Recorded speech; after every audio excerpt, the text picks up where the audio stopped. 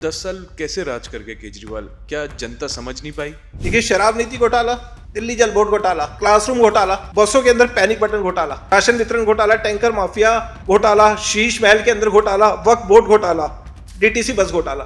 दिल्ली के घर घर में शराब की नदियां बही जाए, उसी पे उन्होंने काम किया और कोई नहीं किया। तो कहीं ना कहीं वो वादों से भटक रहे हैं, ये आप कहते हैं? ये वायदे पूरे ही नहीं किए सर। भटक रहे तो दूर की बात है, भटक रहे तो होता ना कि आदमी गलती करता है। ना आप हिंदू के हैं ना मुसलमान के हैं, ना आप हिंदू के हैं ना मुसलमान के हैं, ना राम के हैं ना इमरान के हैं, ना दीन के हैं ना ईमान के हैं, और वोटों की खातिर खा लेते हैं अपने बच्चों की झूठी कस्में।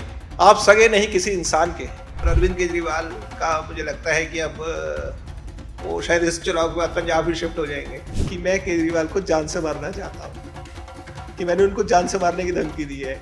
मेरी एफआईआर हुई, मेरे को 40-50 पुलिस वाले उठाने आए, पर्दे लगे। 5 करोड़ रुपए थे, सिर्फ 52 करोड़ रुपए। तो यही कीमत है जो अरविंद केजरीवाल जी ने, मतलब मुझे लगता है दिल्ली के टैक्स पेयर के खून पसीने की कमाई थी, जो उन्होंने पानी की तरह बहाई। सड़कें हमारे पास है नहीं सर, हम सड़कों पे जाते हैं, इतने गड्ढे होते हैं। पानी हम लोगों को आज तक हम पिला नहीं पाए, साफ पानी, जबकि हम केजरीवाल जी खुद माफी मांगते हैं। तो बीजेपी तैयार है ये सब वादे पूरे करने के लिए? Hello and welcome to the raw podcast. और आज जो दिल्ली इलेक्शन का जो हमारा सफर चल रहा है, हमारे तमाम जो गेस्ट हमारे साथ जुड़ रहे हैं, आज उनमें से एक और स्पेशल गेस्ट हम आपके लिए लेके आए हैं, जो कि बिग बॉस में अपीयर हो चुके हैं और हमेशा ही सोशल मीडिया पे बने रहते हैं।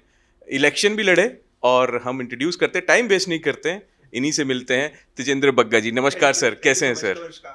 सर, दिल्ली चुनाव हैं, अब 8 तारीख को रिजल्ट आने वाला है सर, 5 तारीख को वोट डलेंगे। क्या लगता है सर, किसकी बनने जा रही है सरकार? ये सरकार तो निश्चित हो चुका है, और मुझे लगता है कि सारे सर्वे के अंदर भी आ रहा है कि भारतीय जनता पार्टी सरकार बनाने जा रही है। और अरविंद केजरीवाल का मुझे लगता है कि अब वो शायद इस चुनाव के बाद पंजाब ही शिफ्ट हो जाएंगे। सर, आप बिग बॉस में रहे, बिग बॉस में, और हमेशा सुर्खियों में बने रहे जी। आपको नहीं लगता कि आपको क्रेडिट थोड़ा अरविंद केजरीवाल जी को भी देना चाहिए, जिनकी वजह से? मैं तो पूरा क्रेडिट उनको देता हूँ। मैं तो पूरा क्रेडिट उनको देता हूँ। वो इतना प्यार ना करते तो शायद, देखो ऐसा ना, जब आपके दुश्मन बड़े होते हैं तो आप बड़े ही होते हो। तो अरविंद केजरीवाल जी का तो मैं हमेशा धन्यवाद करता हूँ। तो मतलब कैसे शुरू हुआ तो सर वो दुश्मनी की जो आप कह रहे थे? नहीं सर, ऐसा कोई दुश्मनी राजनीति में होती नहीं है। देखो, ऐसा है कि मेरे को आज 2001 से मैं राजनीति में हूँ जी। और जब मैं 16 साल का था, मैं पहली बार तिहाड़ जेल में अरेस्ट हुआ था। कांग्रेस उस समय, आपको ध्यान होगा, दिल्ली में सीलिंग कर रही थी। और बड़ी इंटरेस्टिंग कहानी है कि मुझे जब अरेस्ट करके लेके जाया गया, बीजेपी ने ये कहा था कि जितने भी लोग हैं वो जेल भरो आंदोलन बीजेपी करेगी और एक जिला के लोग गिरफ्तारी देंगे, और जब 3 दिन होंगे, 3 दिन बाद उनकी जमानत होगी, तो दूसरा जिला गिरफ्तार होगा। तो मैं उस समय पश्चिमी दिल्ली का एक कार्यकर्ता था, साधारण कार्यकर्ता था, 16 साल की उम्र थी। मैं जब जेल में गया तो सबकी एज लिखी जाती है, एक परफॉर्मा भरा जाता है। उसके अंदर जब मेरी एज लिखी गई थी, जो 18 साल से कम थी। तो उस समय मुझे कहा गया कि आपको तो इस जेल में हम रख नहीं सकते, आपको जुवेनाइल के अंदर भेजा जाएगा। तो मैंने कहा यार, अब अपने 150-200 लोग हैं जिनको मैं जानता हूं, उनके साथ मैं आया हूं यहाँ पे, और अब ये जुवेनाइल में भेज देंगे तो वो सब लोग यहाँ रहेंगे और मैं अकेला। मतलब एक होता ही है ना कि उम्र भी छोटी, किसी को जानते भी नहीं हो, पहली बार जेल आए हो, ये तो नहीं है कि और घूमने के पर्पज से तो गए नहीं होगे सर? तो मैंने फिर, हमारे एक सुभाष आर्या जी पार्टी के सीनियर नेता है, मैंने उनके पास गया। मैंने उनको बोला, क्योंकि मैं छोटा था तो अंकल ही कहता था उस समय, मैंने कहा अंकल वो तो मुझे दूसरी जगह भेज रहे हैं। तो वो गए मेरे साथ। वो इसकी उम्र 2 साल बढ़ा के लिख तो मेरी उम्र फिर बढ़ा के लिखी गई। और उसके बाद मैं वही तिहाड़ जेल में पहली बार 3 दिन तक रहा। तो ऐसा है कि चीजें चलती रहती है राजनीति के अंदर, बट अरविंद केजरीवाल जी कुछ चीजों को निजी ले लेते हैं। जैसे बहुत सी चीजें राजनीति में आरोप प्रत्यारोप चलता है। तो ऐसे ही जब कश्मीर फाइल्स मूवी आई थी, तो उस मूवी को हमने टैक्स फ्री करने की अपील की जी।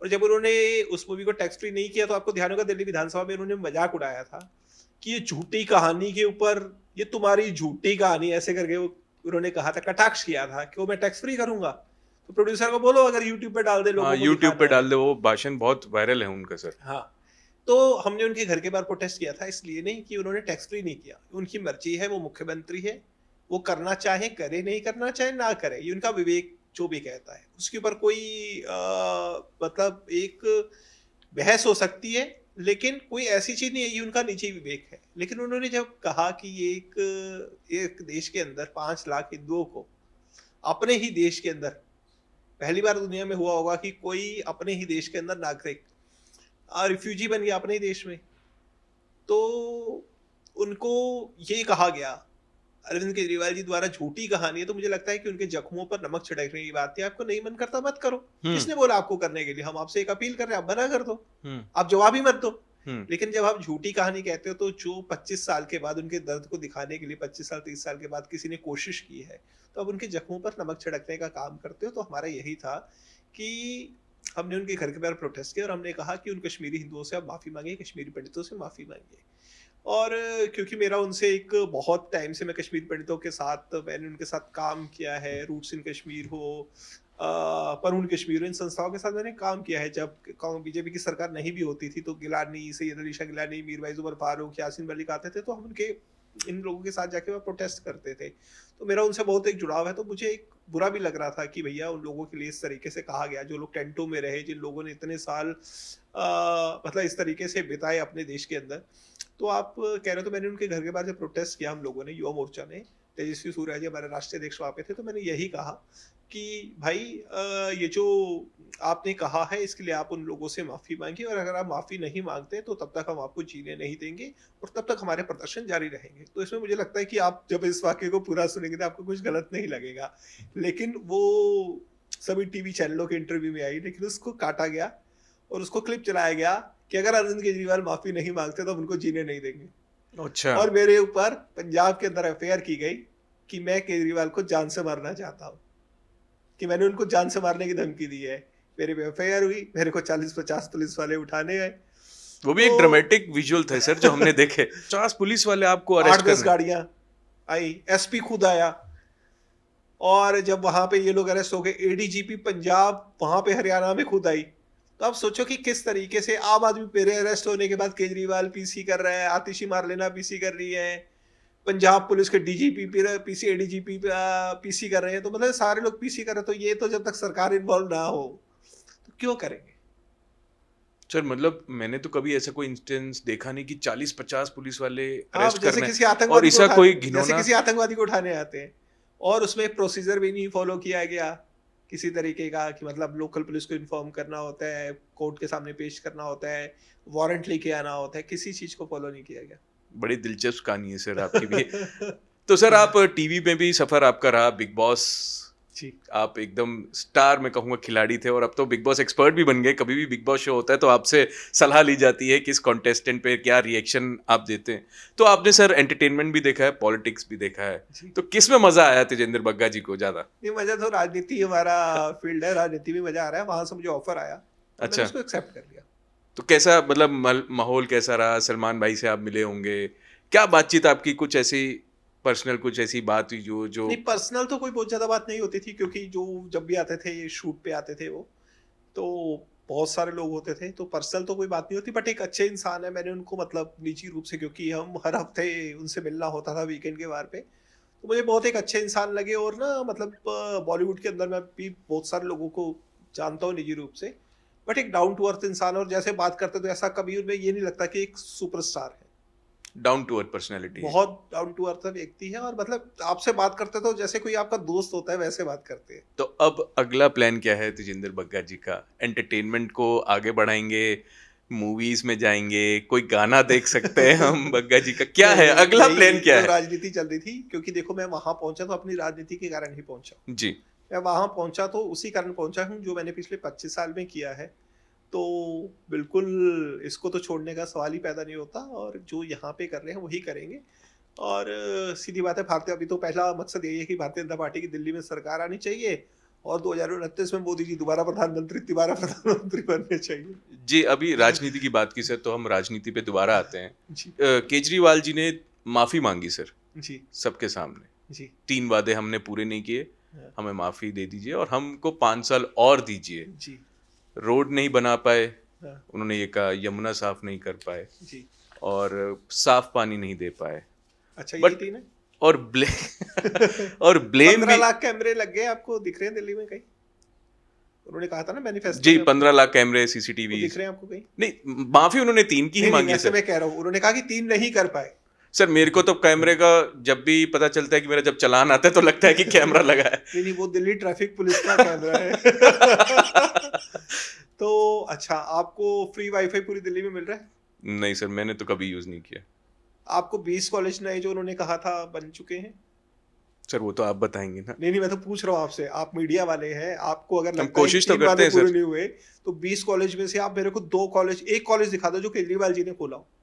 बट वो तो कहते हैं कि हमने वर्ल्ड क्लास स्टैंडर्ड के स्कूल्स बना दिए हैं हम लोगों सर वो ने। 5-10 स्कूल है जो उन्होंने उसको कर दिया है। आप देखेंगे कभी भी कोई टीम आती है, उन्हीं 5-7 स्कूलों में घुमाया जाता है, उसी 5-7 स्कूलों। आप, मैं आपको चैलेंज करता हूँ, जी। आप मेरे पॉडकास्ट के बाद हम्म पिछले 10 साल हम्म के अरविंद केजरीवाल जी के जितने भी मेहमान बाहर से आए हैं, उनको सिर्फ गिनती के 4-5 स्कूलों के अंदर ही घुमाया गया है, उसके अलावा किसी स्कूल में घुमाया नहीं गया। आज मैं आपको लेके जाने को तैयार हूँ कि दिल्ली के किसी भी अस्पताल में आप चलिए, वहाँ पे जो मशीनें हैं, मशीनें नहीं चल रही है। एक्सरे की मशीनें, बाकी मशीनें अगर आप बोलेंगे तो मशीनें नहीं चल रही है, मशीनें वर्किंग में नहीं है। मैं आपको हरिनगर से चुनाव लड़ा था पिछली बारी, मैं दीनदयाल उपाध्याय अस्पताल में आपको आपके कैमरे के सामने लेके जाने को तैयार हूँ। अब वहाँ पे कैमरा लेके जाइए, वहाँ पे क्या हालात है। दिल्ली के कम से कम नहीं तो 50 मोहल्ला क्लिनिक में मैं आपको साथ में लेके जाने को तैयार हूँ, वहाँ पे क्या स्थिति है। और मोहल्ला क्लिनिक पे तो आपने देखा कि किस प्रकार से, जब पीछे मीडिया की ही रिपोर्ट आई कि कुछ बच्चों ने दवाई खाने के बाद दवाई मौत हो गई। एक दिल्ली मोहल्ला क्लिनिक का घोटाला भी सामने आया कि जो उन्होंने रिपोर्ट दिखाया था कि जो बच्चे, सीएजी की जो कैग की रिपोर्ट थी, उसमें आया कि जो भी अभी तक जितने हुए कि 10 सेकेंड, मतलब क्योंकि बिल वहां पर 10 रुपए लिए जाते हैं लेकिन सरकार तो पैसा देते ही देती है, तो हर पेशेंट को 10 सेकंड दिए गए हैं। अच्छा, 10 सेकंड के अंदर एक पेशेंट को मतलब कंसल्टेंसी दी गई है। तो ये घोटाला ही है। दिल्ली के मैक्सिमम आप देखेंगे मोहल्ला क्लिनिक में जाके, कहीं कुत्ते दौड़ रहे हैं, कहीं गायें हैं, कहीं गंदगी गिरी है, कहीं कूड़ा है। सर मोहल्ला क्लिनिक खोलने की जरूरत क्यों पड़ी? क्या जो डिस्पेंसरीज पहले चलती थी, क्या वो इतनी कैपेबल नहीं थी? देखो, 2 तरह की चीजें हैं। एक तो एमसीडी की डिस्पेंसरी थी, वो मुझे लगता है अच्छी पोजीशन में थी, उसको और बढ़ाना चाहिए था। लेकिन कहीं ना कहीं मैं उसमें अपनी पार्टी की कमी मानता हूं कि जो दिल्ली में एमसीडी की डिस्पेंसरीज थी, उसकी मार्केटिंग प्रमोशन जिस तरीके से अरविंद केजरीवाल ने की, उस तरीके से दिल्ली एमसीडी नहीं कर पाई। उसका एक कारण ये भी है कि दिल्ली एमसीडी के पास अपनी ही सैलरी देने का बजट नहीं था, क्योंकि जो केंद्र देता है पैसा, केंद्र सरकार पैसा दिल्ली सरकार को देती है और दिल्ली सरकार से पैसा एमसीडी को आता था। तो एमसीडी खुद ही ये कहती रहती थी कि हमारे पास सैलरी देने का पैसा भी दिल्ली सरकार द्वारा नहीं दिया जा रहा। तो अगर उस समय वो उसमें मार्केटिंग में खर्च करती तो मुझे लगता है कि वो सही भी नहीं होता, तो इसलिए उसको मार्केटिंग ब्रांडिंग नहीं कर पाई। तो अरविंद केजरीवाल ने जितना पैसा लगाया नहीं, उससे ऊपर आपने देखा होगा 500-500 करोड़ रुपए हर साल में मार्केटिंग के ऊपर, ब्रांडिंग के ऊपर खर्च किया गया।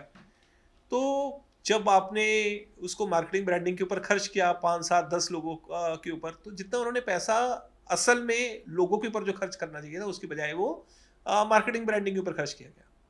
सर जैसे कि आपने कहा कि आपको कॉलेजेस दिखते नहीं है कहीं बने हुए, बने नहीं है ना सर। हाँ, एक भी कॉलेज अरविंद केजरीवाल जी द्वारा, अरविंद केजरीवाल जी का मैनिफेस्टो उठा के ले आइए। जितने भी लोग ये पॉडकास्ट देख रहे हैं, मैं उनको कहता हूँ कि मेरी बात पे विश्वास मत करिए, आप उनका मैनिफेस्टो उनकी वेबसाइट पे होगा, आप उसको डाउनलोड कीजिए, या उनकी ट्वीट्स में, उनकी फेसबुक की पोस्ट में उन्होंने जो वायदे किए थे वो होगा। उन्होंने 20 कॉलेज वायदा किया था। अगर अरविंद केजरीवाल जी ने पिछले 10 साल के अंदर एक भी नया कॉलेज खोला हो, तो मैं कहता हूं कि अब अरविंद केजरीवाल जी को वोट दे दीजिएगा। फिर 10 साल कैसे राज कर गए केजरीवाल? क्या जनता समझ नहीं पाई? नहीं, मुझे लगता है कि कहीं ना कहीं जो फ्री का उनका वो था, वादा था, उसमें कई झांसे में लोग आ गए कि वो फ्री में देते हैं सब। उन्होंने वायदे किए थे बड़े बड़े। लास्ट टाइम उन्होंने कहा था हमें 5 साल हुए, हमने यमुना साफ करेंगे। और आपको ध्यान होगा अरविंद केजरीवाल जी ने किसी चैनल पे इंटरव्यू में ये भी कहा था कि अगर 2025 तक यमुना साफ नहीं होती है तो आप लोग मुझे वोट मत दीजिएगा। उसके लिए मैं तो यही कह रहा हूँ कि अरविंद केजरीवाल जी ने लोगों की बात मान के वोट मत दीजिए इस बार। बट वो कह रहे हैं कि 5 साल और दे दीजिए। वो तो कह रहे हैं कि 10 साल से कह रहे हैं कि केजरीवाल जी कहते हैं कि हम तो सामने से आके मानते हैं। तब भी उन्होंने 5 साल कहा था, 2015 का चुनाव लड़े थे तब भी 5 साल कहा था, 2020 का चुनाव लड़े थे तब भी 5 साल कहा था, 25 का चुनाव लड़ रहे हैं तब भी 5 साल कह रहे हैं। तो अरविंद केजरीवाल जी के 5 साल कभी खत्म होने वाले नहीं है। मुझे लगता है कि अरविंद केजरीवाल जी ने एक काम जो करना चाहिए था, उसके बजाय उनका सिर्फ एक ही था कि दिल्ली के घर घर में शराब की नदियां बहाई जाए, उसी पे उन्होंने काम किया और कोई नहीं किया। उसके अलावा उनका था कि अपने घर के अंदर जो उन्होंने ये शीश महल बनाया, शीश जी। महल के अंदर बड़ा बड़ा में कुछ चीजें, जो स्कैग की रिपोर्ट कह रही है, ये मेरा अपना रिकॉर्ड नहीं है, जो कैग की रिपोर्ट है उसका डेटा है कि जो इन्होंने दरवाजे अपना घर बनाया शीश महल, उसमें जो ऑटोमेटिक दरवाजे लगे वो 70 लाख रुपए कीमत के थे, जो फ्रिज आया वो 9 लाख रुपए कीमत के थे, जो कारपेट आया 50 लाख के थे, बॉडी मसाज चेयर 4 लाख रुपए की, जो मार्बल आया 1.25 करोड़ रुपए का, जो डेकोरेशन का इंटीरियर का सामान आया 10 करोड़ रुपए का, जो उनका कमोड आया वो 10 से 15 लाख रुपए का एक कमोड था जिसमें वो टॉयलेट करते थे, जो पर्दे लगे 5 करोड़ रुपए थे, सिर्फ 52 करोड़ रुपए। तो यही कीमत है जो अरविंद केजरीवाल जी ने, मतलब मुझे लगता है दिल्ली के टैक्स पेयर के खून पसीने की कमाई थी जो उन्होंने पानी की तरह बहाई। तो एक ऐसा व्यक्ति जिसको वो पैसा यमुना पे खर्च करना चाहिए था, दिल्ली की हेल्थ इंफ्रास्ट्रक्चर को ठीक करने के लिए करना चाहिए था, दिल्ली के पॉल्यूशन को, जो उन्होंने वादा किया था कि दिल्ली से मैं पॉल्यूशन खत्म कर दूंगा, उसके लिए ठीक करने के लिए किया गया था, इनमें से कोई वादा नहीं किया और अपने शीश महल, अपने अय्याशी के लिए वो खर्च करते गए। तो जो ये पैसा था सर, वो आया तो सेंटर से ही होगा, फंड एलोकेशन जो नहीं सर, अप्रूवल जो जो फंड हुआ आता वो है तो वो सेंटर। घर के नाम के लिए नहीं आता ना, घर तो दिल्ली सरकार को बजट करती है, दिल्ली सरकार को बजट दिया जाता है, दिल्ली सरकार उस बजट का अगर फिजूल खर्ची करती है, किसी गलत जगह जरूरत करता वो खर्च करती है, तो उसमें दिल्ली सरकार की कमी है। पैसा थोड़ी है सरकार दे दिया है कि आप अपना घर का, आप अरविंद केजरीवाल जी मोदी जी को फोन करके बोलेंगे कि मुझे अपने घर पे 9 लाख का फ्रिज करवाना है, पैसा कर दीजिए, तो कौन सी केंद्र सरकार आपको देगी? वो बजट दिल्ली सरकार का था। वो बजट कोई इसके लिए नहीं किया गया था कि आप उसमें अपना 10-10 लाख का कमोड अपना टॉयलेट करने के लिए यूज करो, आप अपने घर के अंदर 40-40 एसी लगाओ, इसके लिए पैसा नहीं दिया गया था। तो पैसा तो दिल्ली सरकार को दिया गया था, जो दिल्ली सरकार का बजट होता है, वो पैसा आपके ऊपर था कि आपने कहाँ खर्च करना है। आपने 500 करोड़ रुपए ऐड पे खर्च कर दिए, आपने 100 करोड़ रुपए अपने घर पे खर्च कर दिए। तो कहीं ना कहीं वो वादों से भटक रहे हैं, ये आप कहते हैं? नहीं, वायदे पूरे ही नहीं किए सर, भटक रहे तो दूर की बात है, भटक रहे तो होता ना कि आदमी गलती करता है, क्योंकि सर उनकी मंशा ही नहीं थी, उनके कुछ वादों को वादे पूरा हैं करने की। जो उनका कहना है कि बीजेपी हमको कॉपी करती है, जैसे उन्होंने फ्री बिजली शुरू किया है 200 यूनिट तक, तो वो कहते हैं कि बीजेपी हमें कॉपी करता है। महिलाओं के लिए हमने स्कीम लेके आए फ्री, तो बीजेपी कहती है हम भी वो जारी रखेंगे, बीजेपी हमें भी कॉपी करती है कि अगर सत्ता में आए तो हम ये जारी रखेंगे। फिर 2100 रुपये की बात आती है तो केजरीवाल जी कहते हैं कि सिर्फ 400 ही क्यों बढ़ाए, बढ़ाने थे तो 10,000 तक करते, जब इतनी सीटें वो जीत ही नहीं पाएंगे। तो इस पे आप क्या कहेंगे कि बीजेपी कॉपी करती है आम आदमी पार्टी को? देखिए, मध्य प्रदेश के अंदर जी, ये स्कीम लाडली योजना के नाम से आज से 5 साल से चल रही है, तो कॉपी किसने किया? तो हर स्टेट के हिसाब से जो पॉलिसी हमें लगता है कि वहाँ के स्टेट के लोगों के अनुरूप होती है, उसको पूरा किया जाता है। यूपी में अलग वो पॉलिसी होगी, मध्य प्रदेश में अलग होगी, छत्तीसगढ़ में अलग होगी, हर स्टेट में एक नहीं हो सकती। जो वहाँ की जनता के हिसाब से लगता है कि जो होनी चाहिए उस स्वरूप से होती है। लाडली योजना को तो अरविंद केजरीवाल जी ने कॉपी किया, और भारतीय जनता पार्टी अपनी भी मध्य प्रदेश की जो योजना है उसको दिल्ली में लागू करना चाहती है, तो कॉपी कैसे हुई? और भारतीय जनता पार्टी ने कहा है कि जो भी पॉलिसी होगी जो जनता के भले में होगी, उसको किसी को खत्म नहीं किया जाएगा। अरविंद केजरीवाल इस प्रकार से बातें पहले भी करते रहते हैं। आपको ध्यान होगा कि निगम के चुनाव में इन्होंने यही कहते थे कि बीजेपी आएगी, झुगिया तोड़ देगी, ये कर देगी, वो कर देगी। इसी के नाम पे वो सरकार बना के लाए, लोगों को डरा के। तो आप कब तक लोगों को डरा के सरकार बनाते रहेंगे? आप ये बताइए कि हमने क्या किया, आप ये आएंगे तो ये कर देंगे, इसका मतलब आप स्वीकार कर चुके हैं कि भारतीय जनता पार्टी की सरकार आ रही है। नहीं, उन्होंने कहा तो आएंगे तो नहीं, तो 10,000 रुपए ही घोषित करते थे, घोषित करने में क्या जाता है? नहीं, उन्होंने ये कहा कि भारतीय जनता पार्टी की सरकार आते ही ये योजना खत्म कर देगी। इसका मतलब ये है कि अरविंद केजरीवाल भी दिल से मान चुके हैं कि भारतीय जनता पार्टी की सरकार आ रही है। और अमित शाह जी ने, हमारे गृह मंत्री जी ने, हमारे देश के प्रधानमंत्री जी ने इसका जवाब दे दिया है कि जितनी भी पॉलिसीज है वो कंटिन्यू रहेगी। उसके अलावा जो जो चीजें पार्टी ने वादा किया अपने मैनिफेस्टो में, तो उसमें से मैं कुछ चीजें आपको बताना चाहता हूँ कि केजी से पीजी तक सभी जो गरीब युवा है उनको मुफ्त पढ़ाई दी जाएगी। महिलाओं को हर महीने 2500 रुपए दिए जाएंगे। 500 रुपए में सिलेंडर, होली दिवाली पे एक फ्री, गर्भवती महिलाओं को 21,000 रुपए, झुग्गी वालों को 5 रुपए में पौष्टिक भोजन, 70 साल से ऊपर के बुजुर्गों को जो पूरे देश के अंदर 10 लाख का मुफ्त इलाज मिलता है, लेकिन दिल्ली में अरविंद केजरीवाल के कारण नहीं मिलता है, वो मिला जाएगा। आयुष्मान भारत योजना के तहत वरिष्ठ नागरिकों को 2500 रुपए पेंशन, जो केजरीवाल के आने से पहले मिलती थी। आप दिल्ली के किसी बुजुर्ग के पास जाके पूछेंगे, वो पेंशन मिलती थी, लेकिन आज बहुत से बुजुर्गों को नहीं मिलती है, वो लागू की जाएगी। दिल्ली के अंदर जो राशन कार्ड पिछले 10 साल से बनने बंद हुए हैं, जो दिल्ली में राशन आता है वो राशन नहीं मिलता है, वो गरीबों को राशन पहुंचाया जाएगा। और तो इस तरह से ऑटो चालकों के लिए वेलफेयर बोर्ड, तो बहुत सारी चीजें हैं जो मैनिफेस्टो में बोली है, वो सारी चीजों को लागू किया जाएगा। और आपको ध्यान होगा, मैं आपको बताना चाहता हूँ, दिल्ली के अंदर जब भारतीय जनता पार्टी की सरकार थी, इंद्रप्रस्थ यूनिवर्सिटी को दिल्ली के अंदर स्टैब्लिश करने वाली भारतीय जनता पार्टी की सरकार है। जब मदन लाल खुराना जी की, सुषमा स्वराज जी की, साहब सिंह वर्मा जी की सरकार होती थी, उस समय ये लागू किया गया। दिल्ली के अंदर आईटी यूनिवर्सिटी के अंदर जितने भी 20-22 कॉलेज आते हैं, वो अगर आप डेटा देखेंगे 93 से 98 के अंदर मदन लाल खुराना जी, साहब सिंह वर्मा जी और सुषमा स्वराज जी की सरकार के अंदर लागू किए गए थे। तो भारतीय जनता पार्टी की सरकार ने दिल्ली के अंदर जितने भी फ्लाईओवर है ट्रैफिक से निपटने के लिए, उसी समय पहल हुई थी। दिल्ली के अंदर मेट्रो को उस समय जब 20 साल मेट्रो लेट हो गई थी, जो राजीव गांधी जी की योजना थी, वो अटल जी और मदन लाल खुराना जी ने चालू की थी। तो दिल्ली के अंदर भारतीय जनता पार्टी ने पहले भी सरकार के होते काम किया है, और जितने भी स्टेट्स है उसमें अगर आप देखेंगे तो भारतीय जनता पार्टी की सरकारें अपना काम कर रही हैं, और दोबारा अगर सरकार आती है तो निश्चित रूप से उसी तरीके से काम करेगी।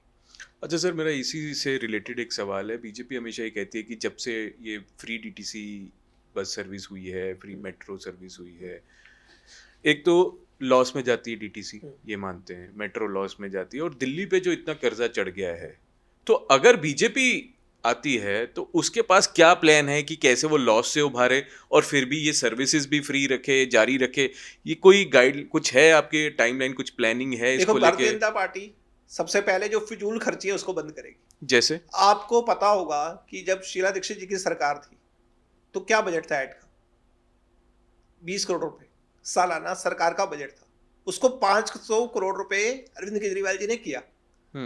तो मुझे लगता है कि ये जो फिजूल खर्चियां है, जो आप अपने सरकार का प्रमोशन, मुझे लगता है अगर आप काम करते हो, अगर ये 500 करोड़ रुपए हेल्थ सर्विसेज पे खर्च किया जाता तो मुझे लगता है कि लोग खुद ही आके बताते। अगर मैं किसी सरकारी हॉस्पिटल जाता हूँ, मुझे अच्छी सर्विस मिलती है, तो मैं खुद ही 10 लोगों को जाके बताऊंगा कि अच्छी सर्विसेज मिल रही है। और जो फिजूल खर्ची जैसे अपने ही महिमा मंडन पे जो खर्च किए गए, जिस तरीके से दिल्ली के अंदर अगर घोटाले बंद हो गए, आपको ध्यान होगा कि ये जो घोटालों की मैं आपको लिस्ट बताता हूँ, ये अगर ये सारा घोटाले नहीं होते, ये जो पिछले 10 साल के अंदर जो घोटाले हुए हैं, मैं उसकी लिस्ट बताना चाहता हूं आपको। देखिए, शराब नीति घोटाला, दिल्ली जल बोर्ड घोटाला, क्लासरूम घोटाला। दिल्ली के अंदर जो क्लासरूम बनाए गए 20x10 के, मैक्सिमम आप कंस्ट्रक्शन कॉस्ट 2500, 3000, 3500 रुपये मान सकते हैं। जो दिल्ली के अंदर बंगलास भी बनते हैं ना, वो कंस्ट्रक्शन कॉस्ट आती है 10,000 रुपये स्क्वायर फीट का उसका कॉस्ट लगा। अब आप ये बताइए केजरीवाल जी कि उसमें सोने क्या वो लगाया गया है, क्या लगाया गया? मोहल्ला क्लिनिक घोटाला, जो मैंने आपसे आगे जिक्र कर दिया गया, किस तरीके से 10 सेकंड के अंदर एक पेशेंट को कंसल्ट किया जा रहा है, जो सरकारी डेटा के अंदर है, उस हिसाब से सरकार से पैसे लिए गए। बसों के अंदर पैनिक बटन घोटाला, डेटा बजट पास हो गया लेकिन किसी बस के अंदर आपको बटन नहीं दिखेगा। सीसीटीवी कैमरा घोटाला, 571 करोड़ रुपए जिसके पास हो चुके हैं, लेकिन दिल्ली के अंदर आपको एक भी कैमरा नहीं दिखेगा। राशन वितरण घोटाला, टैंकर माफिया घोटाला, शीश महल के अंदर घोटाला, वक्फ बोर्ड घोटाला, डीटीसी बस घोटाला। अगर ये घोटाले ना होते तो पैसा कहाँ आता? दिल्ली की हेल्थ सर्विसेज को जो अच्छा करने के लिए आता, दिल्ली के पॉल्यूशन को खत्म करने के लिए आता। तो मुझे लगता है कि दिल्ली के अंदर अगर ईमानदारी से काम होगा, भ्रष्टाचार खत्म होगा, तो पैसे की कमी नहीं होगी। सर देखिए, पॉल्यूशन की आपने बात की, पॉल्यूशन अगर बीजेपी सरकार आती है तो बीजेपी सरकार के पास क्या ऐसी पॉलिसीज हैं कि वो पॉल्यूशन रोक ले? क्योंकि ये बहुत बड़ा जो आपने मुद्दा उठाया है पॉल्यूशन का, क्योंकि हम ब्लेम करते हैं कि पंजाब से पॉल्यूशन आता है या पराली जलती है, तो दिल्ली सरकार इस पे क्या कदम उठा सकती है? क्योंकि देखिए, पॉल्यूशन एक बहुत बड़ा इशू रहता है। अगर हम कूड़े के पहाड़ देख लें सर, हम चाहे वो निकाय चुनाव हो, एमसीडी चुनाव हो, चाहे विधानसभा चुनाव, पर आम आदमी के लिए तो सर ये प्रॉब्लम है कि उसको देखना पड़ता है, कूड़े की बदबू आ रही है, वो जब वो आग लगती है या धुआं उठता है। सड़कें हमारे पास है नहीं सर, हम सड़कों पे जाते हैं, इतने गड्ढे होते हैं, पानी हम लोगों को आज तक हम पिला नहीं पाए, साफ पानी, जबकि हम केजरीवाल जी खुद माफी मांगते हैं। तो बीजेपी तैयार है ये सब वादे पूरे करने के लिए? ये तो उनको जवाब देना चाहिए ना, जिनके पास 20 साल से 25 साल से कांग्रेस की और आम आदमी पार्टी की सरकार थी। भारतीय जनता पार्टी ने पहले भी करके दिखाया, बाकी स्टेट्स की मैं बात कर रहा हूँ जी, तो इस तरह से करके दिखाएंगे। जहां की आप बात कर रहे हैं, आपने बात की पानी की, पॉल्यूशन की और कूड़े के पहाड़, हाँ कूड़े के पहाड़ की। जब भारतीय जनता पार्टी एमसीडी में थी, उसको खत्म करने के लिए हमने जगह जगह कूड़े से उसको बिजली बनाने के यूनिट्स लगाए। आपने भी कवर किया था जब गौतम गंभीर जी हमारे सांसद थे, महेश गिरी जी थे, और कई जगह हमारे मनोज तिवारी जी थे। मनोज तिवारी जी ने शायद अपने पॉडकास्ट में जिक्र भी किया होगा, उस कूड़े के पहाड़ को किस तरीके से बिजली में कन्वर्ट करा के एक पूरा योजना बनाई और उसको 5 साल 7 साल में यह था कि उस कूड़े को खत्म करना है। अरविंद केजरीवाल जी ने कहा कि दिल्ली एमसीडी में हमें जिताइए, अगर हम जीत के आते हैं तो उस कूड़े के पहाड़ को खत्म करेंगे। लेकिन 2 साल बाद अगर आप देखेंगे तो जितना पहले कूड़ा था उससे कूड़ा बढ़ गया, तो आपने कुछ भी उस पर नहीं किया। पोल्यूशन के ऊपर आपने कहा था कि हम जगह जगह, तो जिस तरीके से आपने देखा होगा कि हमारे जो सांसद हैं उन्होंने ईस्ट दिल्ली के अंदर ऑक्सीजन प्यूरीफायर लगाए, तो ऐसा अरविंद केजरीवाल जी ने वादा किया था। बगला साहब के पास आप एक ऑक्सीजन प्यूरीफायर देख सकते हैं, मैं लेके चलूंगा आपको, लेकिन वो पिछले 1 साल से बंद है। तो आप वायदा तो करते हैं कि आप उसको करने के लिए करेंगे, लेकिन आप कुछ करते नहीं हैं। तो जब आप कुछ करेंगे ही नहीं तो आप ठीक कैसे होगा? तो मुझे लगता है कि दिल्ली के अंदर उसके ऊपर अच्छे से पॉलिसी बनाने की जरूरत है, क्योंकि दिल्ली के अंदर जो डेटा है 67% जो पॉल्यूशन है वो गाड़ियों से नहीं है, किसी दिवाली के पटाखों से नहीं है जिसपे ऊपर आप हर बारी बैन लगाते हैं, वो दिल्ली के अंदर कंस्ट्रक्शन के अंदर है। तो उसके ऊपर एक पॉलिसी बनानी चाहिए किस तरीके से उसको कम किया जाए। तो मुझे लगता है कि अगर भारतीय जनता पार्टी की सरकार आती है तो उसके ऊपर एक पॉलिसी बना के किस तरीके से उस जो मेन पॉल्यूशन का कारण है उसको किस तरीके से टैकल किया जाना चाहिए, वो पॉल्यूशन हवा के अंदर ना आ जाए, उसमें एक पॉलिसी बनाएगी। और जो ऑक्सीजन प्यूरीफायर हमारे सांसद ने इस दिल्ली के अंदर लगाया उसको दिल्ली के अलग अलग कोनों पे लगाया जाएगा, ताकि दिल्ली की एक एयर को अच्छा किया जा सके। बिल्कुल सर, और ये बहुत ज़रूरी भी है सर, ये चाहिए, हर आम आदमी यही चाहता है कि हमारे को स्कूल, कॉलेजेस, हॉस्पिटल। देखो चक्कर ये है कि ना, हम काम करने की बजाय हम सिर्फ ब्लेम गेम में फंस जाते हैं। दिल्ली के अंदर जब अरविंद केजरीवाल की सरकार थी और पंजाब में नहीं थी, तो उन्होंने ये कहा कि पंजाब के कारण, पंजाब से पॉल्यूशन आता है जिसके कारण दिल्ली के अंदर वो है। और आपको ध्यान होगा उन्होंने ये भी कहा था कि पूसा इंस्टीट्यूट जो दिल्ली के अंदर, उन्होंने एक दवा बनाई है जो 10 रुपए की दवा है, जिसको अगर आप खेत के ऊपर अगर छिड़काव करते हैं तो जितना भी वो पराली है वो खत्म हो जाएगी और आपका पॉल्यूशन का आपको जलाने की जरूरत नहीं पड़ेगी। उन्होंने कहा अगर पंजाब में हमारी सरकार आती है तो इसको डिस्ट्रीब्यूट किया जाएगा। आपको ध्यान है जब वो एक आरटीआई डाली किसी ने कि दिल्ली के अंदर जो खेत है नजफगढ़ साइड में या बादली साइड में, आपने कितने खेतों में इसका डिस्ट्रीब्यूट किया और कितने इसमें विज्ञापन में खर्च किए। तो अरविंद केजरीवाल जी की सरकार का ये डेटा है, जो आरटीआई का डेटा है, कि 17,000 रुपये की दवाई दिल्ली में बांटी गई, 17,000 रुपये की वो दवाई दिल्ली में बांटी गई और 5 करोड़ रुपए की उसके विज्ञापन किए गए। तो जब आपके दिमाग में यही होगा, जब आपकी योजना ही ऐसी होगी, जब आपकी सोच ही ऐसी होगी कि आपने 17,000 रुपये के खर्च पे 5 करोड़ रुपए खर्च करना है, तो मुझे लगता है कि फिर तो कुछ हो ही नहीं सकता। और आज तो पंजाब में आपकी सरकार है, जब आप पंजाब सरकार को उस समय पत्र डालते थे, आप ये कहते थे कि आप इसको यूज करो, तो आप क्यों नहीं यूज कर रहे? तो आपको तो उसको खत्म करने के लिए करना चाहिए था। तो आप दोनों जगह आपकी सरकार है। तो कहीं ना कहीं सर आपकी लगता है कि बीजेपी तैयार है इस बार पूरा प्लानिंग के साथ, क्योंकि जो आप बता रहे हैं कि हमें एक प्लानिंग चाहिए होती है और ये चुनाव जो हैं बहुत इम्पोर्टेंट हैं भाजपा के लिए भी। तो आपको क्या लगता है सर, अगर बीजेपी आती है तो कौन होगा वो मुख्यमंत्री, कौन दिल्ली का मुख्यमंत्री? परवेश जी की तरफ जा रही है सुई, मनोज तिवारी जी, या कोई सस्पेंस वाला चेहरा बीजेपी ला सकती है? देखिए, सबसे पहले तो आप भी जानते हैं भारतीय जनता पार्टी की सरकार आ रही है और जो भी हमारे विधायक होंगे, क्योंकि हर जगह ऐसा ही होता है कि जो विधायक होते हैं वो अपना नेता चुनते हैं, तो विधायक अपना नेता चुनेंगे। लेकिन सबसे पहले मैं ये आपको निश्चित रूप से कह सकता हूँ, भारतीय जनता पार्टी की सरकार आ रही है और अरविंद केजरीवाल जी का जाना ये तय हो चुका है। बट केजरीवाल जी तो कहते हैं कि हम जीते हुए हैं, लोगों का समर्थन हमारे साथ है, ऑटो वाले हमारे साथ है, मिडिल क्लास हमारे साथ है, तो वो डेटा वो कहाँ से ला रहे हैं? देखिए, अब उनको कहना तो पड़ेगा, ये थोड़ी अब स्वीकार, अगर मैदान से पहले तो वो भी ये भी कह सकते हैं कि बीजेपी। मैं आपको एक उदाहरण देना चाहता हूँ जी।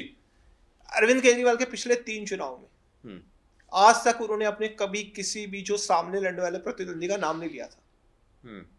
लेकिन पिछले अगर 20 दिन से अगर आप देखोगे, वो सुबह से लेकर रात तक प्रवेश वर्मा का नाम लेते हैं। ये कहते हैं देखो मेरे को हराने की साजिश चल रही है, ये नए वोट ऐड कर दिए, ये मेरे वोट काट दिए। जब आप इतने कॉन्फिडेंट हो कि आप जीतने वाले हो, तो आप क्यों इस प्रकार सुबह शाम रो रहे हो? तो आदमी तभी रोता है। प्रवेश वर्मा के घर के बाहर उन्होंने महिलाएं भेज दी कि भैया नई दिल्ली से बाहर से हमें भी पैसे दो। दूसरे दिन मुस्लिम महिलाओं को भेज दिया, हमें पैसे नहीं मिल रहे, हमें पैसे दो। तो मतलब एक दिन संजय सिंह चले गए कि ईडी इनके घर पे छापा मारे, इनके घर पे 100 करोड़ रुपए पड़े हुए हैं। तो जब आप जीतने वाले हो तो आपको इन चीज़ों का जरूरत नहीं पड़ती है। जब आदमी हार रहा होता है तभी वो इस प्रकार से रोता है, इस तरह के आरोप प्रत्यारोप लगाता है।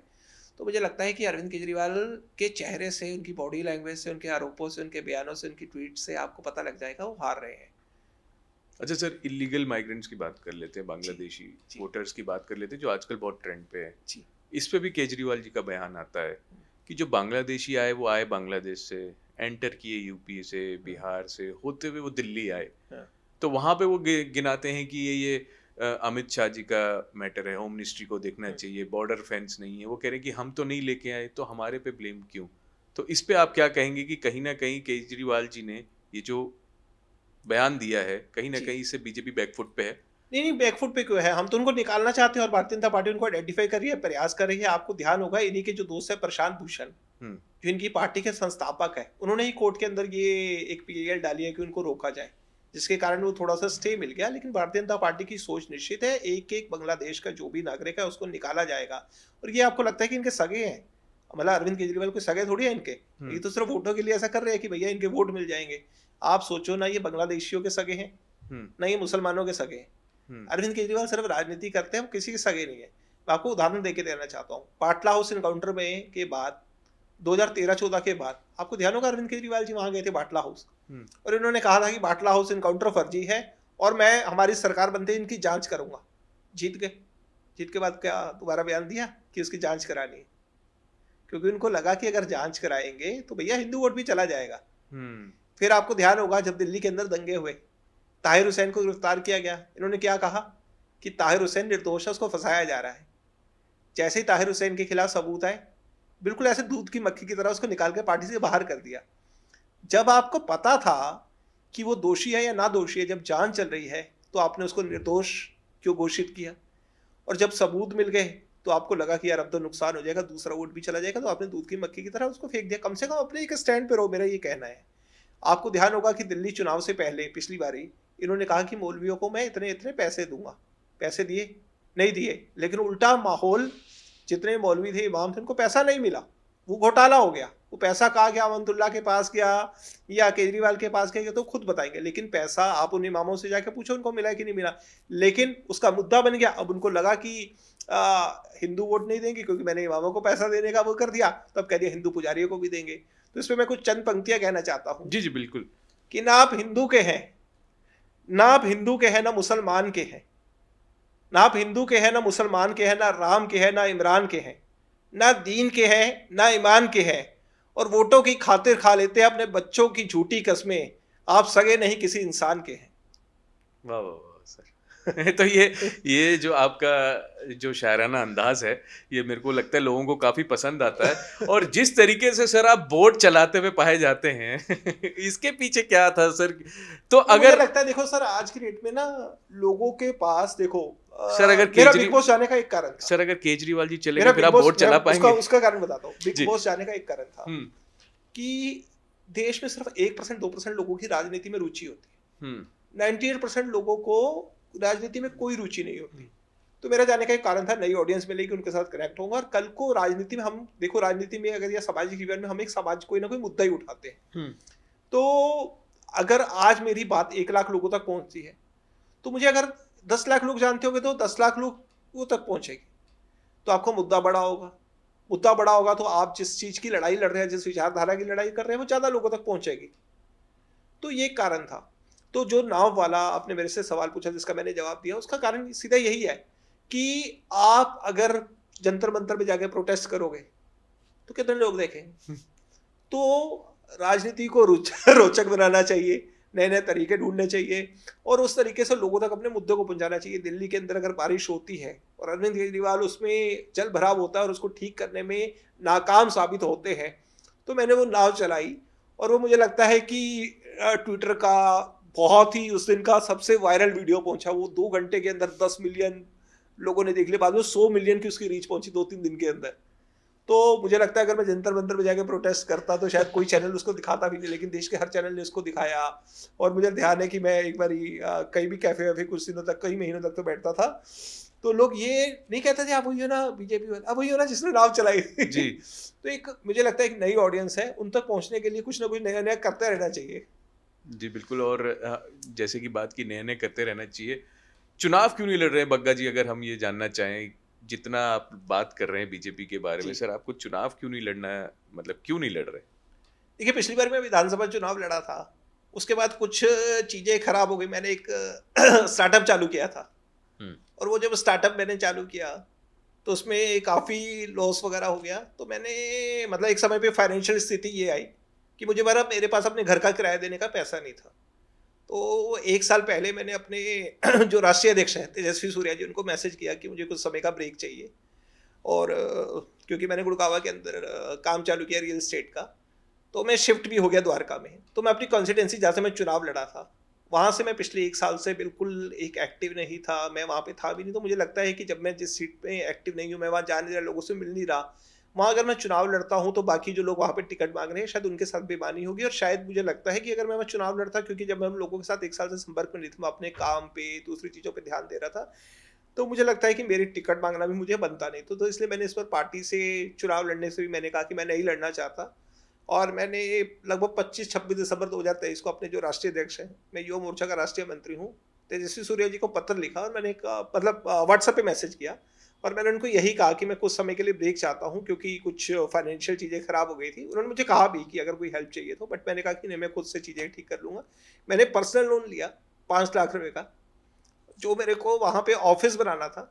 उस ऑफिस को किराया देने के लिए, एडवांस देने के लिए, सैलरीज देने के लिए, वो मैंने 5 लोग का पर्सनल, मैं पहली बार किसी चैनल पे बता रहा हूँ, तो पर्सनल लोन लेके वो किया। तो मुझे लगता है कि जो चीज़ें मेरी, क्योंकि देखो ना, मेरा एक लक्ष्य है कि मुझे राजनीति से पैसा नहीं कमाना है। तो अगर आपको राजनीति से पैसा नहीं कमाना, क्योंकि मैंने पहले अपनी वेबसाइट चलाता था कोविड के अंदर, उसमें क्योंकि नुकसान हो गया, वो बंद हो गई। तो बहुत सारे लोग उसका मजाक भी उड़ाते थे। महबूबा मुफ्ती ने भी एक बार ही कहा कि तुम टी शर्ट बेचो, तुम तो झुमके बेचो। वो बहुत सारे लोग ऐसा मजाक उड़ाते थे, लेकिन मुझे उसमें बुरा नहीं लगता, क्योंकि मुझे लगता है कि मैं ईमानदारी से कमा के खा रहा हूँ। और वो ऑनलाइन वेबसाइट जब बंद हुई, उसके बाद मैंने बिरयानी का स्टार्टअप, जो मेरे पास सेविंग्स थी, मैंने कुछ इन्वेस्टमेंट उठाई, वो जब चालू किया, तो उसके अंदर जब मुझे नुकसान हुआ, तो मुझे कुछ ना कुछ करना था। मेरे पास कुछ बचा नहीं था, सारी सेविंग खत्म हो गई थी, सब कुछ उड़ा दिया था। तो उस समय मुझे लगा कि क्या करना चाहिए, तो मैंने 5 लाख रुपए पर्सनल लोन उठाए। तो मुझे लगा कि अब मेरे को पूरा फोकस कुछ समय के लिए, थोड़ा सा ऑनलाइन में एक्टिव हूँ, लेकिन ऑफलाइन में उतना एक्टिव नहीं था अपनी कॉन्स्टिट्यूंसी में। तो इसलिए मेरा टिकट मांगना बनता नहीं था। और मैं अभी उस इलाके में रह भी नहीं रहा हूँ, मैं भी द्वारका जैसे उस हरिनगर से शिफ्ट हो गया, लगभग अगस्त में मैं शिफ्ट हुआ। तो आखिरी 2-3 सवाल हैं सर, आपसे शुरुआत करेंगे। आज के जब मैं उठा तो सबसे पहला ट्वीट बग्गा जी और मैं ऐड भी कर देता हूँ उसमें कि अगर आप मेरे बायो में जाएंगे तो उसमें लिखा भी हुआ है, अगर आपने ध्यान दिया हो, कि don't contact me for tender transfer. अच्छा। क्योंकि जैसे सरकार आई ना, तो लोगों को लगता है यार ये भैया, मतलब मोदी जी के साथ फोटो देखते हैं, अमित शाह जी के साथ फोटो देखते हैं, तो लोगों को लगता है यार इनका तो बाहर के लोगों को ऐसे ही लगता है, तो भाई इनका तो उठना बैठना होगा, ये हमारे काम करा सकते हैं। तो लोग ना कॉन्टेक्ट करते हैं, भाई हमारा एक काम करा। तो मैं सबसे पहले पूछता हूँ आपसे मिलना है, क्या काम है? तो फोन पे बात नहीं हो सकती। मैंने कहा भाई जो बात फोन पे नहीं हो सकती ना, इट मीन्स समथिंग इलीगल। ऐसी कोई भी चीज है जो फोन पे बात नहीं हो सकती, और जो बात फोन पे नहीं दे, तो उसमें कुछ ना कुछ गड़बड़ है। तो मैंने इसलिए अपने बायो में लिख दिया भैया don't contact me for tender transfer, ताकि कोई कॉन्टेक्ट ना करे। क्योंकि मेरा ध्येय है कि राजनीति से मुझे पैसे नहीं कमाने हैं।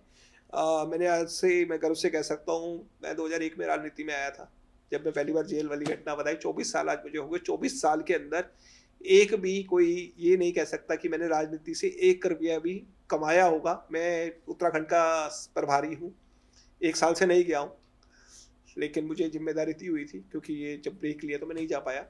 तो मैं जब वहाँ पे जाता था, मैं पेट्रोल भी अपने पैसे का खर्चता था और खाना भी अपने पैसे का खाता था। तो मैंने पार्टी से आज तक 1 रुपया खर्चा नहीं, पैसा लिया नहीं, अपने जेब से ही लगाया होगा। कई बार लोगों को ऐसा लगता है। तो मुझे ये था कि जब, क्योंकि पहले घर परिवार भी जिम्मेदारी होती है, तो इसलिए जब मैंने वो लोन लिया तो मुझे लगा कि मुझे वो घर की जिम्मेदारी निभानी है। मैं किराए के घर में रहता हूँ, वो मुझे किराया देना है, मुझे घर के खर्चे पूरे करने हैं। तो इसलिए मैंने वो ब्रेक लिया। तो इसलिए मैं इस बार चुनाव नहीं लड़ रहा। चलिए, तो मैं उस पे सवाल पे आता हूँ। जो आज सुबह सुबह मैंने सबसे पहला ट्वीट आपका देखा, वो अखिलेश यादव जी के ऊपर एक ट्वीट था, उसके बारे में क्या कहेंगे सर? उन्होंने कहा कि मथुरा के अंदर आप नहा के देख लीजिए योगी जी को। योगी जी ने कल यमुना के बारे में कुछ कहा था, चैलेंज किया केजरीवाल जी को कि आप डुबकी लगा के दिखाएं जैसे हमने लगाई। तो उन्होंने कहा कि मथुरा में लगा के दिखा दीजिए। तो दिल्ली से ही पानी वहां पे जाता है। तो मैं उनको सिर्फ ये कहना चाहता था, अगर वहां से दिल्ली में आता होता तो आप कहते कि पानी गंदा है, लेकिन दिल्ली से पानी वहां पे जा रहा है। अगर दिल्ली से साफ सुथरा पानी जाता और अगर वो वहां पे गंदा होता तो योगी जी के ऊपर आप आरोप लगा सकते थे, लेकिन पानी तो दिल्ली से वहां जा रहा है। तो उल्टा वो मुझे लगता है कि अरविंद केजरीवाल के ऊपर ही वो शायद कटाक्ष कर रहे हैं। तो आपको कैसा लगता है, देखिए जितनी भी बातें होती हैं राजनीति में कि जो अखिलेश यादव हैं वो एक बड़ा चेहरा बन सकता है, आपको लगता है कि पीएम दावेदार कभी अखिलेश यादव हो पाएंगे? मुझे तो नहीं लगता कि वो आप कभी सीएम भी बन पाएंगे। तो बाकी उनको शुभकामनाएं हैं। जो राजनीति में मुझे लगता है जनता जिसको पसंद करती है, योगी जी के कार्य को लोगों पसंद कर रहे हैं। वहाँ पे जो बदमाश है खुद वहाँ पे जाके जेल में कहते हैं कि भाई हमें अरेस्ट कर लो, नहीं तो हमारा इनकाउंटर कर देगी पुलिस। मुझे लगता है उत्तर प्रदेश की जो सबसे बड़ी समस्या थी, या कहीं भी जो इन्वेस्टमेंट आती है, सबसे ज्यादा इन्वेस्टर्स को यही होता है कि हम सेफ रहेंगे कि नहीं रहेंगे। योगी जी ने उस भय मुक्त उत्तर प्रदेश को करने का कार्य किया है। जो उत्तर प्रदेश और बिहार अपराध के नाम से जाने जाते थे, आज उत्तर प्रदेश के ऊपर जो अपराध के ऊपर मूवीज बनती थी, आपको ध्यान होगा, मिर्जापुर पूरा वेब सीरीज बनी हुई है। तो उस उत्तर प्रदेश को अगर भय मुक्त करने का अगर किसी ने कार्य किया है, क्राइम मुक्त करने का कार्य करें, तो योगी जी ने किया। इसका श्रेय उसको जाता है उनको। तो मुझे लगता है कि लोग उनको पसंद करते हैं और वो फिर मुख्यमंत्री बने। तो कांग्रेस मुख्यालय पे भी आपने टारगेट किया राहुल गांधी जी को, एक बहुत पत्र लिखा उनको कि मनमोहन सिंह जी का कहीं जिक्र नहीं, उसके बारे में हम जानना चाहेंगे। नहीं, देखिए आपको ध्यान होगा जब मनमोहन सिंह जी का निधन हुआ तो राहुल गांधी जी, सोनिया गांधी जी, मल्लिकार्जुन खड़गे जी और जितने भी कांग्रेस के वरिष्ठ नेता थे, उन्होंने बहुत ही ज्यादा शोर मचाया कि देखिए मनमोहन सिंह का ये सरकार अपमान कर रही है। उनके लिए जो अंतिम स्थान होता है वो नहीं अभी तक बनाया गया। तो मेरा ये कहना था कि जब एक नए कार्यालय का आप उद्घाटन कर रहे हैं, चंद दिन पहले देश के प्रधानमंत्री सरदार मनमोहन सिंह जी का निधन हुआ है, आप इसके लिए उनके लिए इतना एक मुद्दा बना रहे थे, तो इस मुख्यालय का नाम उनके नाम पे रख दीजिए। देश में इंदिरा जी के नाम, राजीव जी के नाम पे तो हजारों संस्थाएं हैं, हजारों ऐसे बिल्डिंगे हैं, हजारों ऐसे स्टेडियम है, हजारों ऐसी योजनाएं हैं।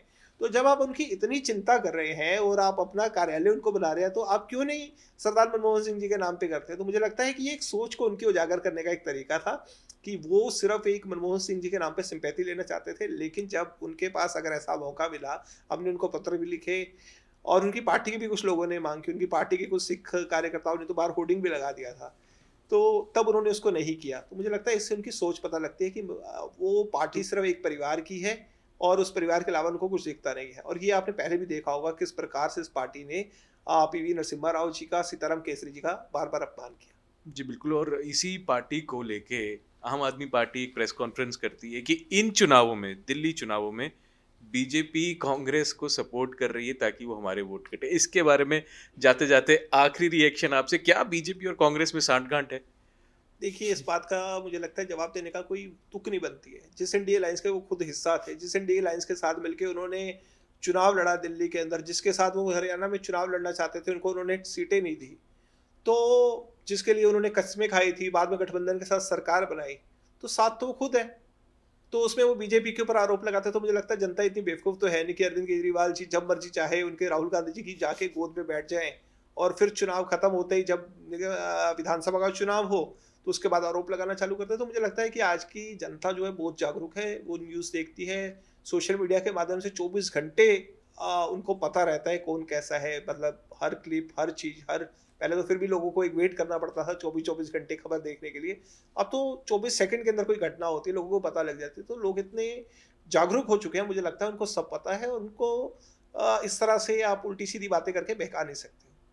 जी, तो बहुत अच्छा लगा बग्गा जी आपके साथ बात करके, क्योंकि दिल्ली चुनाव चल रहे हैं, हम बातचीत करते रहते ताकि आम जनता को पता चले कि किस पार्टी का क्या मुद्दा है। तो और कोई एक आखिरी मैसेज आप जनता को देना चाहें हमारे मंच के माध्यम से? देखिए मुझे लगता है कि दिल्ली के अंदर जनता ने कांग्रेस की और आम आदमी पार्टी की सरकार को देखा है। भारतीय जनता पार्टी की सरकार 1993 से 98 तक रही, बहुत ही अच्छी सरकार मदन खुराना जी ने, साहब सिंह वर्मा जी ने, सुषमा स्वराज जी ने दिल्ली को दी। केंद्र के अंदर मोदी जी की सरकार है, लोग देख रहे हैं कि किस प्रकार से गरीबों के लिए देश का नाम आज पूरा रोशन हो रहा है।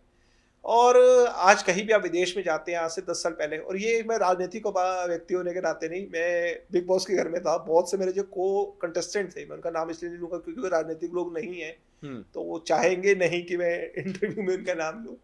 बहुत से लोग ये कहते थे कि 10 साल पहले जब वो विदेश जाते थे तो भारतीयों को जब बताते थे तो एक अलग नज़र से देखा जाता था। आज जब वो जाते हैं तो कहते हैं अरे मोदी से इंडिया, तो आपसे पूछते हैं अरे मोदी जी के भारत से आए हो। तो ये आज एक फ़र्क आया है। आज भारत की रेपुटेशन पूरी दुनिया के अंदर बढ़ी है, भारत का नाम पूरी दुनिया में बढ़ रहा है, भारत एक इकोनॉमी के अंदर आगे जा रहा है, तो आज दुनिया भारत के अंदर निवेश करना चाहती है। तो मुझे लगता है दिल्ली देश की राजधानी है, तो दिल्ली के अंदर अगर भी लोग जब आए तो एक गौरव महसूस करें, इसलिए भारतीय जनता पार्टी को एक मौका देना चाहिए। तो ये थे तेजेंद्र बग्गा जी, इनके साथ बहुत अच्छा लगा बातचीत करके। आपके कोई सवाल हो तो आप हमको ज़रूर भेजें, कमेंट्स में लिखें, ताकि हम बग्गा जी के पास जाएं और पूछें कि ये जनता के सवाल हैं, इस पे आप क्या रिएक्ट करेंगे। और ऐसे ही तमाम पॉडकास्ट के लिए देखते रहिए इन खबर और इंडिया न्यूज़। धन्यवाद।